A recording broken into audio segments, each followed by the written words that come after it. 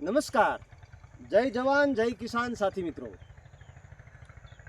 ધારી પ્રેમપરામાં બારણ ફાર્મમાં આપનું હાર્દિક સ્વાગત છે. મેં આ વર્ષે જુલાઈ માસની અંદર ગાયકવાડી 2.5 વીઘાની અંદર એક બગીચો તૈયાર કર્યો અને 12 બાય 12 ફૂટના અંતરે કલમનું વાવેતર કર્યું, આંબાની કલમ, કેસર કેરીના.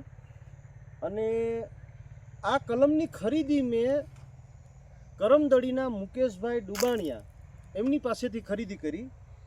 દેશી કેરીના ગોઠલાથી એણે રોપ તૈયાર કરીને એમાં કલમ બેસાડી અને એણે કલમ મને આપી, ખાડો કરી જાતે, અને એણે ચોફી પણ દીધી, ટેકા મૂકી. અને મેં કોઈ પણ પ્રકારનો મને અનુભવ નહોતો, પણ ધીમે ધીમે એમનો અભ્યાસ કરી અને મેં આ કલમને 325 કલમ મેં વાવી. મિત્રો, એમ કહી શકાય કે કોઈ પણ પાક એનું બીજ વાવો કે રોપ ચોફો અને તૈયાર થાય એમાં 100% જર્મિનેશન ક્યાંય ન હોય.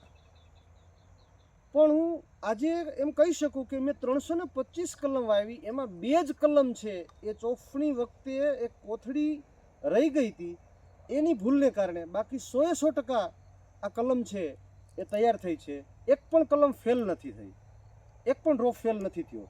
અને એનો ગ્રોથ વર્ષમાં 4 વખત આવ્યો છે. મેં આમાં કોઈ પણ પ્રકારની પેસ્ટિસાઇડ્સ દવાનો ઉપયોગ કરેલ નથી, જંતુનાશક દવાનો ઉપયોગ કરેલ નથી. મેં બ્લેક અમૃત 2 વખત છંટકાવ કર્યો હતો અને જાતે બનાવેલું જીવામૃત છે એનો ઉપયોગ કરી અને મેં આ કલમનો બગીચો તૈયાર કર્યો. એમ કહી શકાય કે શિયાળાની અંદર અને પાણી બિલકુલ મેં પાયું નથી. ચોમાસાના પાકની અંદર મેં કપાસનું વાવેતર કરેલું. આ કપાસ લીધા પછી મેં બીટુ ચણા છે, વ્હાઈટ ચણા, એનો વાવેતર કરેલું છે.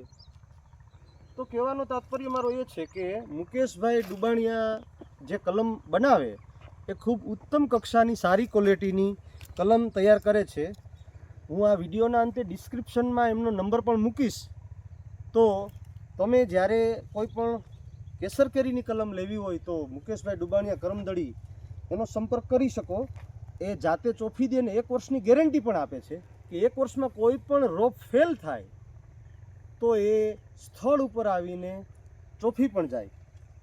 મેં કોઈ પણ અલગ માટી કે દેશી ખાતર કે એનો કોઈ ઉપયોગ નથી કરેલો. માત્ર જ્યારે એનો ખાડો કર્યો ત્યારે એ જ માટી બહાર કાઢીને બીજી માટી છે એનો રોપ ચોફીનો ઉપયોગ કરેલો છે. કોઈ પણ પ્રકારનું બીજું સેન્દ્રીય ખાતર કે એવું નહીં. એક વખત છાણિયું ખાતર મેં શિયાળામાં દરેક છોડવે નાખેલું છે. ચોમાસાની અંદર પાણી પાવાનો કોઈ પ્રશ્ન નહોતો, શિયાળામાં પાણી ઓછું આપવાનું, આપ્યું જ નથી એમ કહેતો કહેવાય. ઉનાળાની અંદર 15 દિવસે હું એમને પાણી આપું છું. આખા બગીચામાં એક પણ કલમ તમે જુઓ, એક પણ રોપ, તો એનો ગ્રોથ ખૂબ સરસ છે. દેશી ભાષામાં કહે તો એની નરવાઈ સારી છે, એની કોળ ફૂટે છે. આ વખતે પ્રત્યેક કલમની અંદર મોર પણ આવ્યા હતા અને એ મોર મેં કાપી નાખ્યા.